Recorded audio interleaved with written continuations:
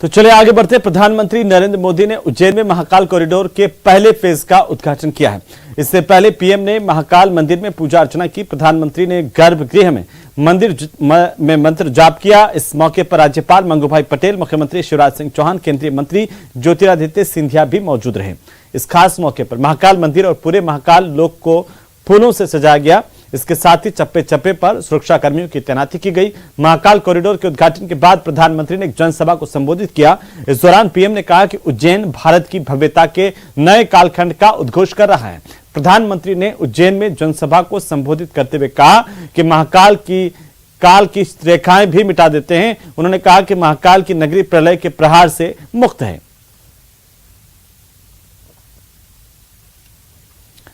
दो अलग अलग तस्वीरें प्रधानमंत्री नरेंद्र मोदी के उज्जैन के दौरे की और यहां पर महाकाल कॉरिडोर के उद्घाटन की। पहली तस्वीर जहां पर कलेवा से बनाए गए शिवलिंग की तस्वीर है और प्रधानमंत्री ने विधिवत तौर पर इसका उद्घाटन किया। दूसरी तस्वीर जब प्रधानमंत्री नरेंद्र मोदी ने उज्जैन के महाकाल मंदिर में शिव आराधना की, पूजा अर्चना की और देश में खुशहाली की कामना की।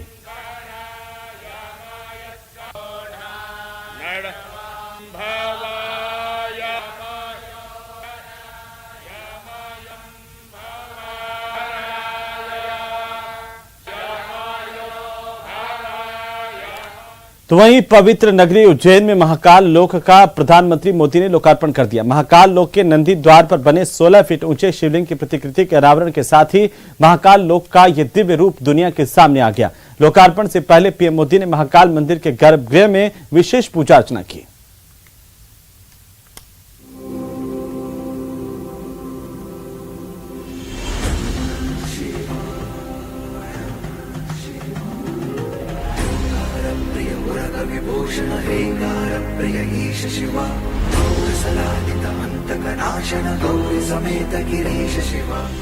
ये दिव्यता का महाकाल महालोक है।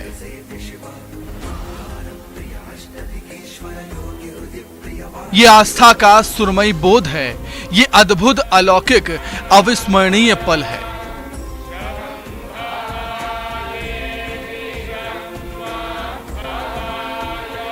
सदियों बाद सौभाग्य का ऐसा पल आता है जब कोई जननेता देवों के काम आता है। ये सौभाग्य मिला है करोड़ों दिलों पर राज करने वाले पीएम नरेंद्र मोदी को, जिन्होंने महाकाल लोक का शिवार्पण किया है। महाकाल के देवों जैसे दिव्य लोक को देखकर आज देवता भी प्रसन्न हो उठे होंगे। महाकाल के इस महाउत्सव में आकाश से शामिल हुए होंगे। दुनिया वालों के लिए ये दिव्य लोक तो अलौकिक है ही, लेकिन देवलोक में भी शायद इसकी चर्चा होगी, क्योंकि महाकाल लोक देवी लोक जैसा ही दिख रहा है। महाकाल लोक के शिवार्पण से पहले पीएम मोदी ने वैदिक मंत्रोच्चारण के बीच पूरे विधि विधान के साथ महाकाल का अभिषेक किया।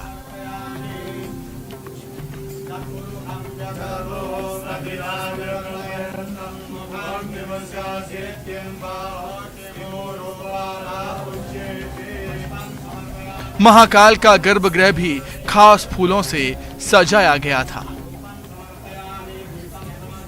महाकाल के विशेष पुरोहितों की मौजूदगी में पीएम ने महाकाल की पूजा अर्चना की।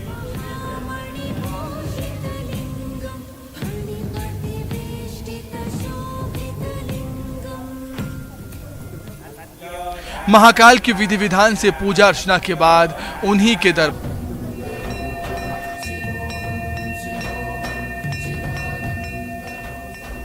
महाकाल के गर्भगृह से बाहर आने के बाद पीएम मोदी नंदी की साधना में लीन हुए।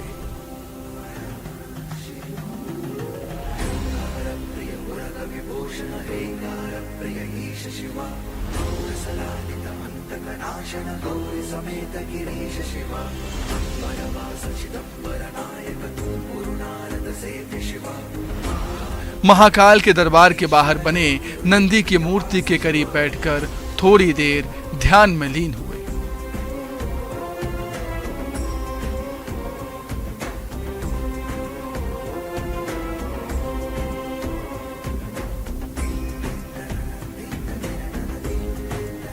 पीएम मोदी गर्भगृह से बाहर निकले तो आगवानी करने के लिए सूबे के राज्यपाल मंगूभाई पटेल, सूबे के सीएम शिवराज और केंद्रीय मंत्री ज्योतिरादित्य सिंधिया मौजूद थे।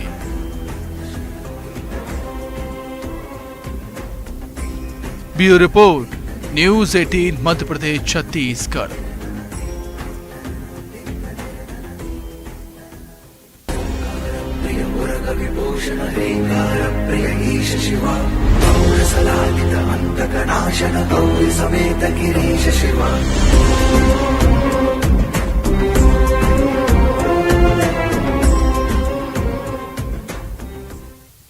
तो चलिए फिलहाल वक्त तो चला एक छोटे से ब्रेक का, जल्द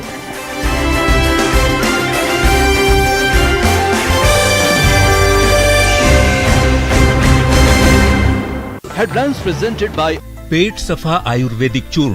पेट सफा तो हर रोग दफा।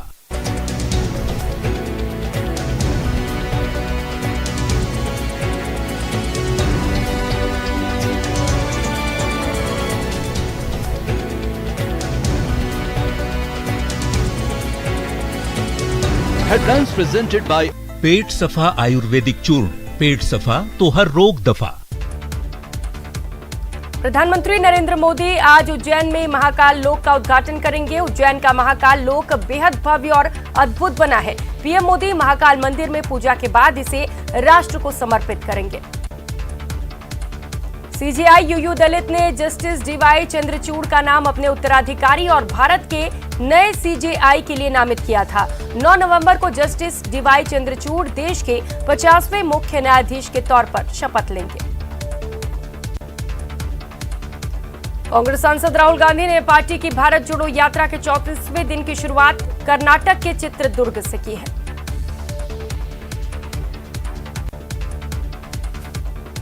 बॉलीवुड के महानायक अमिताभ बच्चन आज 80 साल के हो गए हैं। बिग बी का ये जन्मदिन खास तरीके से एक जश्न के रूप में मनाया जा रहा है। वहीं पीएम मोदी ने भी अमिताभ बच्चन को जन्मदिन की बधाई दी। रूस ने यूक्रेन के अनेक शहरों पर मिसाइल से हमले किए हैं। रूस के राष्ट्रपति व्लादिमीर पुतिन ने इन हमलों को यूक्रेन की मॉस्को के बलों को हटाने की कोशिशों के जवाब में किया। इस बीच हमला में मरने वाले की संख्या बढ़कर 19 तक पहुंच गई। देश में 24 घंटे में कोरोना के 1957 नए मामले दर्ज किए गए, जबकि मौजूदा समय में मरीजों की संख्या घटकर 27,374 तक पहुंच गई है।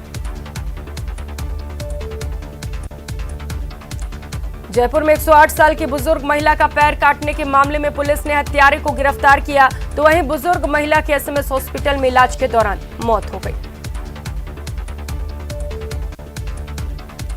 कोटा के स्टेशन इलाके में 9 महीने के बच्चे के अपहरण से हड़कंप मच गया। बच्चे को चुराने की वारदात सीसीटीवी कैमरे में कैद हो गई। अलवर में एसीबी की टीम ने कार्रवाई करते हुए खेड़ली नगरपालिका ईओ को 5 लाख की रिश्वत लेते गिरफ्तार किया। फिलहाल एसीबी की टीम आरोपी के आवास और ठिकानों पर तलाशी कर रही है।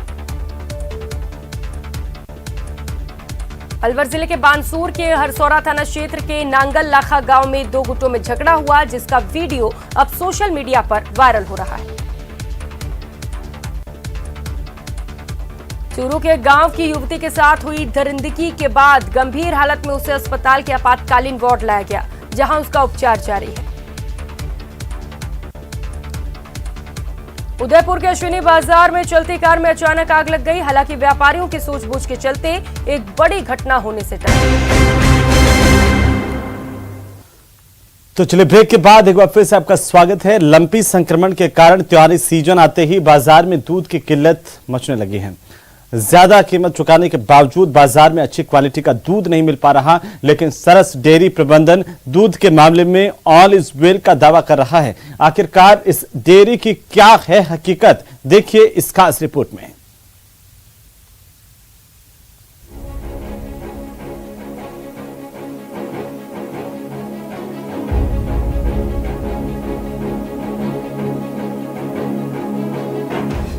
लंपी से दूध की सप्लाई पर पड़ा असर, किल्लत से डेयरी प्रबंधन का इनकार, बढ़ती मांग घटती आपूर्ति, फायदा ना उठा ले मिलावटखोर। त्योहारी सीजन पर मिलावटखोरों पर सख्ती की दरकार। प्रदेश का 16 लाख गोवंश लंपी से जूझ रहा है, जिससे दूध की आपूर्ति प्रभावित हो रही है। त्योहारी सीजन आने के बाद दूध की मांग बढ़ने से भी कीमतों में भारी बढ़ोतरी हो चुकी है। बाजार में 50 रुपए किलो तक मिलने वाले दूध की कीमत 65 से 70 रुपए प्रति किलो तक पहुंच गई है। फिर भी मिठाइयों के लिए अच्छी क्वालिटी का दूध मुश्किल से मिल रहा है। करीब करीब काफ़ी सारी मिठाइयाँ दूध और घी से ही बनती है। अब ये है कि जो शॉर्टेज है और आगे फेस्टिवल है, ये कैसे डिमांड और सप्लाई का गैप मैच होगा वो देखते हैं। जो दूध की डिमांड दी जाती है, जो घी की डिमांड दी जाती है, उसकी पूर्ति अभी नहीं कर पा रही है। तो आने वाले समय में जो त्योहारी सीजन को देखते हुए डिमांड बढ़ेगी, उस हिसाब से किस प्रकार से हम लोगों को चिंता सता रही है कि हम क्या करेंगे और कैसे हम ग्राहकों को इस माल के घी की या घी से दूध से संबंधित, गाय के दूध से संबंधित जो मिठाइयाँ बनती है उसकी पूर्ति किस प्रकार से कर पाएंगे। त्योहारी सीजन में मिठाइयों की आपूर्ति के लिए व्यवसायी डेयरियों से दूध की उम्मीद लगाए हुए हैं। डेयरी बूथों पर दूध और घी का स्टॉक भी मौजूद है, लेकिन मिठाइयों के लिए जिस बेहतर गुणवत्ता वाले गोल्ड दूध का उपयोग किया जाता है, उसकी सप्लाई बेहद सीमित हो गई है।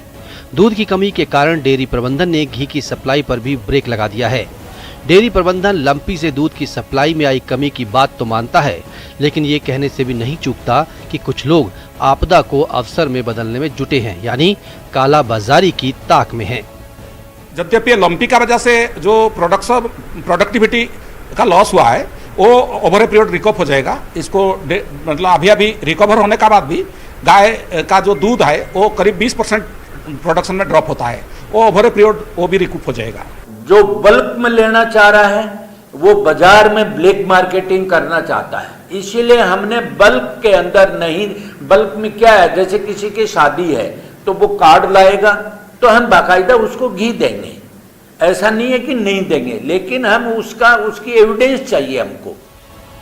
लंपी महामारी के बावजूद जयपुर डेयरी प्रबंधन आंकड़ेबाजी में दूध सप्लाई का कोई संकट नहीं मान रहा है, जबकि त्योहारी सीजन में मिठाई का कारोबार करने वाले व्यापारी दूध के लिए तरस रहे हैं। डेयरी प्रबंधन की आंकड़ेबाजी और बाजार में दूध की किल्लत कहीं मिलावटखोरों को प्रोत्साहित करने वाला अवसर न बन जाए। न्यूज़ 18 राजस्थान के लिए राकेश शर्मा की रिपोर्ट। तो चलिए आगे बढ़ते हैं और अब नजर डाल लेते हैं क्राइम की टॉप 10 खबरों पर फटाफट अंदाज में।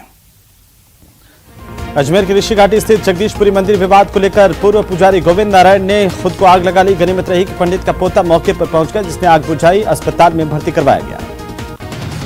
अलवर के रामगढ़ के गांव निवाली में एक दुकानदार पर जानलेवा हमला करने का मामला सामने आया, जिसमें युवक सुखीराम गंभीर रूप से घायल हो गए हैं, जिनका इलाज ट्रोमा वार्ड में जारी है। वहीं बदमाश 2 लाख रुपए की नकदी लेकर फरार हो गए।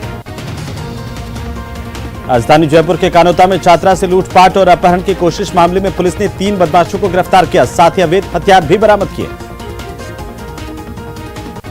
अलवर की एसीबी टीम ने नगर पालिका खेड़ली के घूसखोर अधिकारी किंगपाल को 5 लाख रुपए की रिश्वत देते रंगे हाथों गिरफ्तार किया। इसके बाद से एसीबी की टीम ने आरोपी के आवास और अन्य स्थानों पर तलाशी ली है।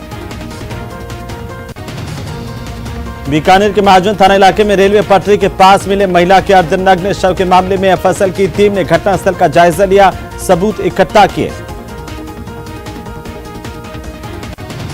तो चित्तौड़गढ़ में एक आरोपी को पकड़ने के दौरान आरोपी और उसके परिजनों ने पुलिस कर्मचारियों पर चाकुओं लाठियों से हमला कर दिया। 2 पुलिसकर्मियों के घायल होने की खबर है। एसएमएस अस्पताल में जिंदगी की जंग लड़ रही 108 साल की बुजुर्ग महिला की मौत हो गई है। पुराने किराएदार ने ही महज चांदी के कड़ों के लिए बुजुर्ग महिला के दोनों पैर काट लिए थे और इसके बाद से ही महिला अस्पताल में लगातार जिनका इलाज हो रहा था, जिसके बाद से उनकी हालत नाजुक थी और आज उनकी मौत हो गई। झुंझुनू के पिलानी में चोरों ने घर को निशाना बनाया। चोरों ने मकान के ताले तोड़कर सोने चांदी के गहने और नकदी समेत एक मोबाइल चोरी कर लिया। कोटा के स्टेशन इलाके में 9 महीने के बच्चे के अपहरण से हड़कंप मच गया। वारदात निजी बैंक के सामने स्टेशन इलाके की है। तो श्रीगंगानगर के सूरतगढ़ के रेलवे स्टेशन परिसर से लगातार हो रही बाइक की चोरी के बीच 2 संदिग्धों के सीसीटीवी फुटेज सामने आए हैं।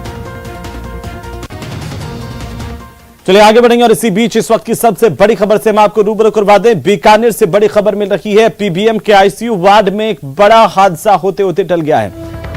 न्यूज 18 राजस्थान पर सबसे पहले, सबसे तेज, सबसे बड़ी खबर इस वक्त की बीकानेर से, जहां पर पीबीएम के आईसीयू वार्ड में एक बड़ा हादसा होते होते टला है।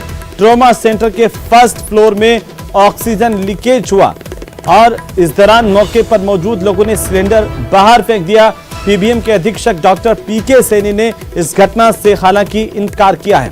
पीबीएम अस्पताल में पहले भी कई दफा इस तरह की लापरवाही सामने आ चुकी है।